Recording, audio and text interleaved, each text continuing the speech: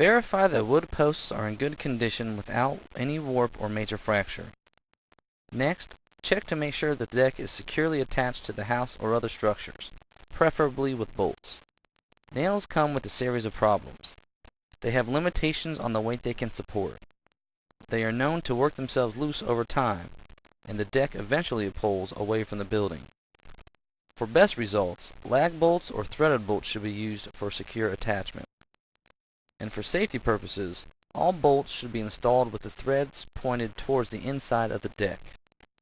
If there are any protruding ends, they can scratch or injure someone like children.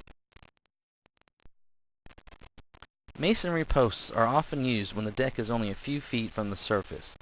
The main concern is deteriorating joints and broken bricks or blocks. All support posts need to rest on a concrete pad or footer underground to prevent the posts and entire deck from sinking. The support posts closest to the house will probably receive the most downward pressure from traffic, so be concerned with any severe slopes toward the house. However, a very slight slope away from the house is normal in order for water to drain from the deck. If there isn't a slope away from the house, I'm sure you'll see ice left over from melting snow or puddles from heavy rains. In addition, a supporting column shouldn't move. If it does, it indicates uneven settlement of the footer or can be loose fasteners at the top or bottom of the post itself. If your deck is directly attached to the house, the joists attached to the header should have metal bracing for extra support. And, depending on the size of the deck, you may even need a board nailed underneath the joist from one corner diagonally to the other corner. First, we'll check that the decking boards look normal and are not rotted or broken.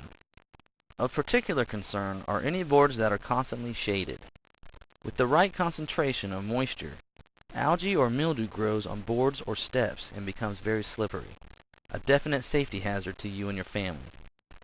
Most deck surfaces, even treated, need some type of treatment to prevent water from eventually penetrating the grain.